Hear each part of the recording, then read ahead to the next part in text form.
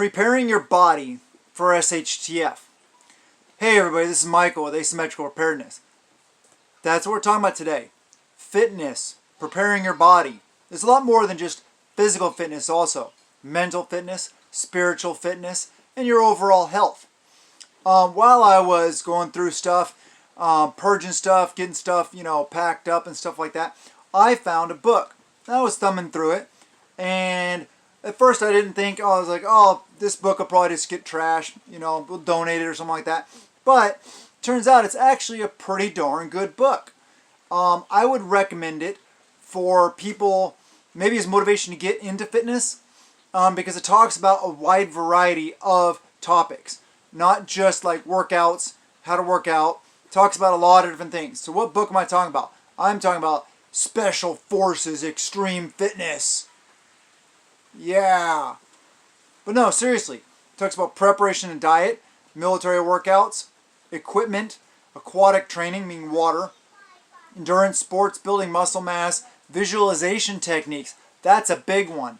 Mental is also part of physical fitness and physical readiness.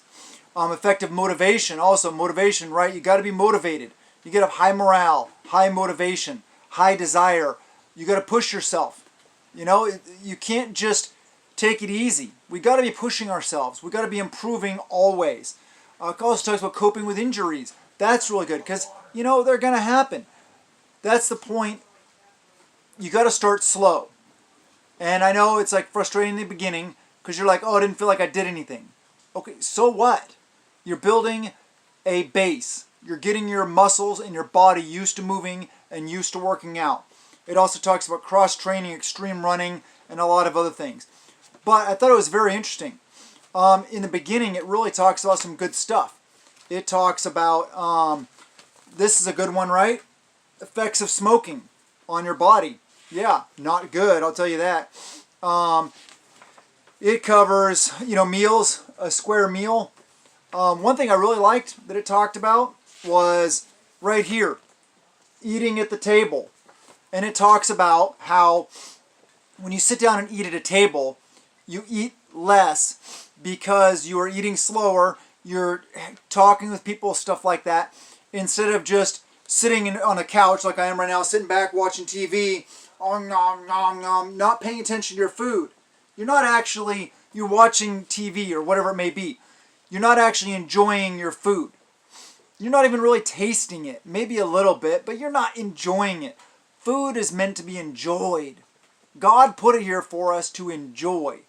But in moderation, right?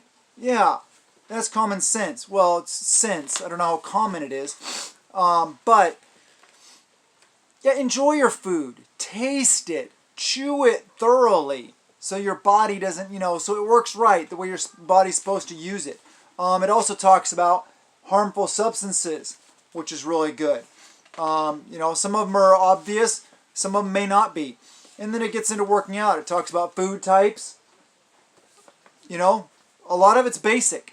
But sometimes it's basic is where we need to start to get into our fitness routine. And then it starts, talking about like press-ups, which is just push-ups. It talks about a lot of different things. Stretching, it shows stretching. That's really good. Although we've found modern, the whole stretch before you work out or before you exercise, no, that's gone. I'm not an official. I don't have any fancy letters next to my name, but I've worked out fitness has been part of my life for my entire life. My wife is a certified master personal trainer, so there's that also. We do have some knowledge. But stretching, cold stretching is not good for your body. Maybe doing some light stretching before you exercise, work out may be advantageous, but only after warming up. You got to warm your body up. Walk, jog, maybe do some jumping jacks. Light, non-too strenuous activities that get your heart rate up, get your body warmed up. Then do some stretching, because cold stretching will damage your body. So don't do that. It talks about military workouts. Military does a lot of body weight type stuff. It talks about U.S. Army physical manual principle of exercises. It talks about different things that SEAL teams do, special forces do. One thing I really liked is this. See the page folded? Training for real situations. What are you really going to be doing? Are you really going to be curling a barbell in the real world? No. But are you going to be grabbing something like a log and lifting it up? Yeah. So those weights do apply to real world situations. But making it real, doing things that are, like this, low crawl through the woods. There's a lot of different things. Fireman's carry, shuttle sprints back and forth, stretcher races, because you may have to carry a person a stretcher. There's a lot of different stuff in this book. And they talk about difficult terrain. Train in the most difficult terrain you can if you're to that level. But take it easy. Don't go too hard, too fast. Another thing I really like they talked about, I learned about this a long time ago. I read the book, of course now I'm going to forget the name of the book. Shoot, I forget. But it's about barefoot running. McDougall, I think was the author's name. He talked about all about the history of barefoot running. Right here, kind of shows you how the body walks or how your foot lands and everything when you're barefoot versus a shoe that has a thick pad underneath your heel. God didn't make us to run with thick pads under our heels. He designed us to run the way He built us. You ever watch a child? Okay, you watch adults run. I was a trained runner all my life. Cross country, track, all those kind of things. So, I know proper form. And I was blessed, it's one of my natural abilities, I was blessed with pretty much perfect form when I run. But there's a lot of people that don't have perfect form. And you'll see it when they're running. They're either overstriding, which means in the picture, their foot's landing too far out, or understriding, too far behind, or they are not using their arms enough, or different things. There's a lot of different things. They're not holding their body right. They're not breathing properly. Different things. Then you watch a child. Like I've watched my 4-year-old run. Perfect form. Because she runs naturally. And I'm talking like barefoot. If she's running around barefoot, perfect. That's why I really like and advocate minimal shoes. Minimalistic shoes. I really like the New Balance Minimus shoes. There's also those funny looking toe shoes by Vibram. Those are really good. I've had those also. I like the Minimus shoes because there's a little tiny bit of padding. It's not a barefoot shoe. It is a minimalist shoe. But I recommend if any of you guys have gone out and run and found that you got shin splints really bad, or it just wasn't for you, it hurt and stuff like that, it didn't feel right. Put those, those fancy Nike whatever shoes or whatever shoes they are, put them aside, those running shoes. Buy yourself a pair of minimalist shoes. They're running shoes, they're still training shoes, they're made for running and training and stuff like that. It's just that whole thing about having padding under your feet for comfort and to protect your body, and that's not true. It's making you run improperly, which is causing more injuries. Barefoot running is where it's at. I know a lot of people that actually pure barefoot, like bare feet running. I like the option of having some like protection underneath there from rocks, sharp objects, nails, glass, stuff like that. That's, I don't want to shred my feet. But people, they get to the point over time, they build up a resistance and they build calluses in their feet, stuff like that, and they get to barefoot running. But anyway, enough about barefoot running. But if you have run in the past and you decided it wasn't for you because you didn't like it, it hurt, try a pair of minimalist shoes and then go running. And you'll find that you can use them on any terrain. I used to run perimeter roads on base, which are all gravel roads, dirt roads, stuff like that. And every once in a while, yeah, I'd hit that sharp rock that kind of hurt a little tiny bit, but it was almost like getting a foot massage while I was running. So there's things like that. So check on that. This book does talk about U.S. Army advice on purchasing a running shoe. I don't even know what it is, but I know for a fact the U.S. Army doesn't know more than me about running shoes. So, yeah. I don't know. I'm not saying people in the U.S. Army don't, but I'm sure their advice on overall isn't the best. I know they say expect spending between 50 and 150 per good pair of shoes. Yeah, of course. Discuss your foot type, problems. You know, buy a training shoe, not a racing shoe.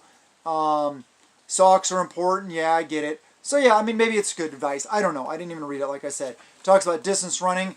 One thing it shows is like that. Military endurance. Rucking. We talked about that in the past. Rucking. Pacing yourself. Start off with a low amount of weight so you can move into it. Always be increasing your how far you go and stuff like that. This talks about race preparation, which, you know, you don't have to get into racing or anything like that.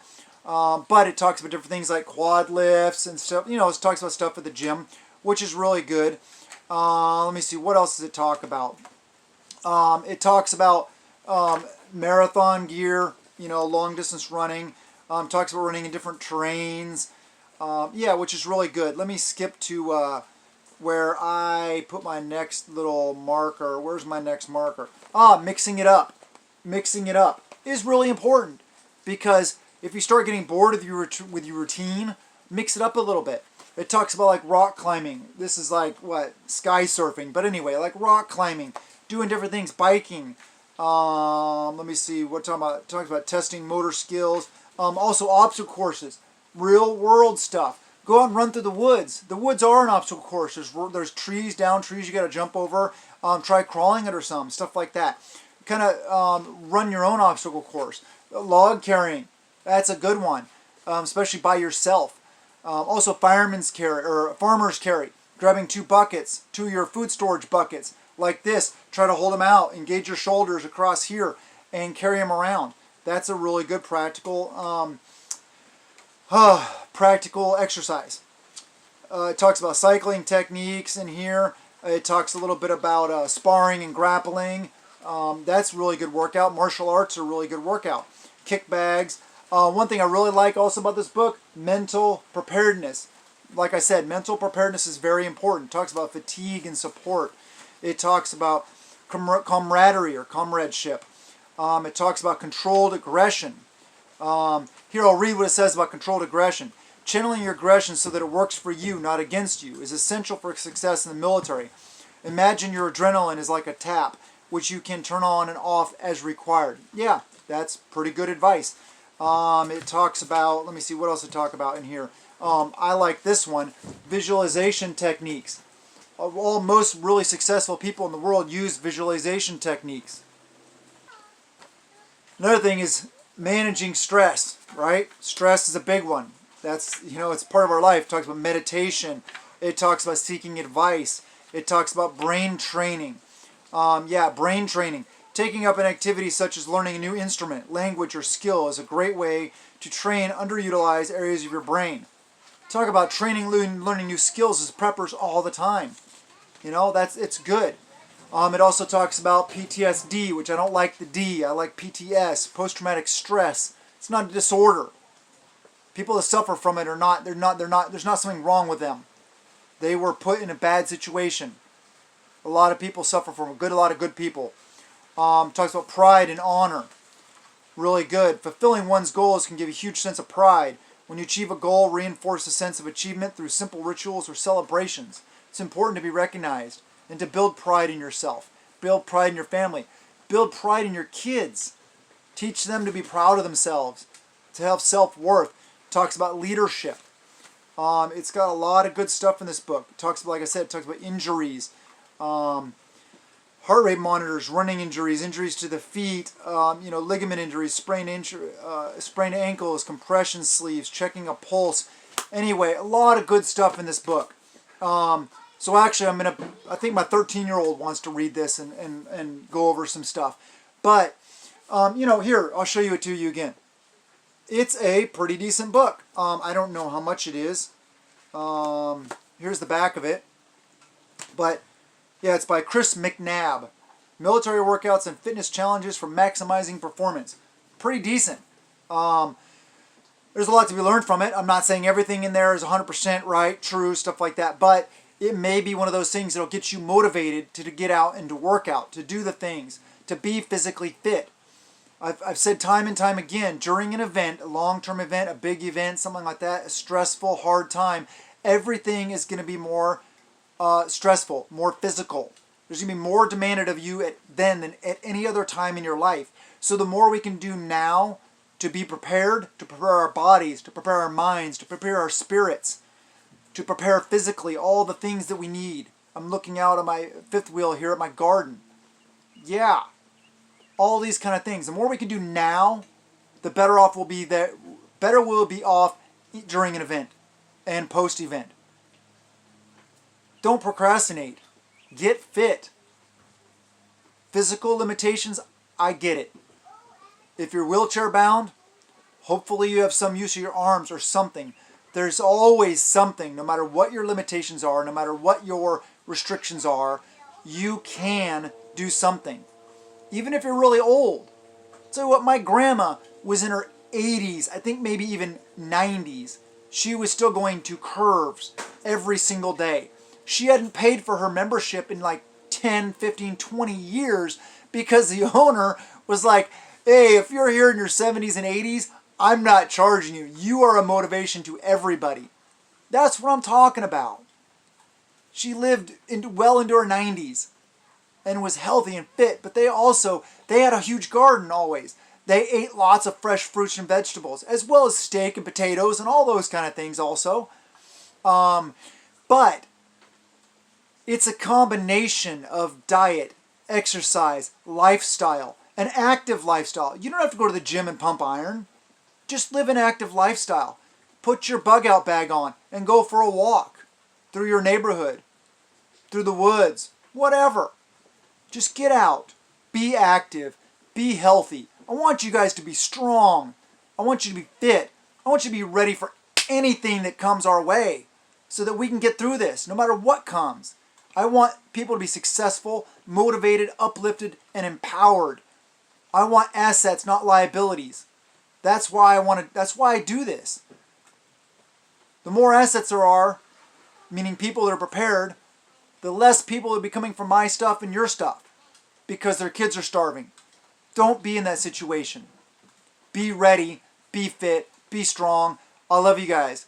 Have a wonderful day. Please subscribe. Please hit the like button. Please share the videos. Please comment below. Have a wonderful day and blessings to you and yours.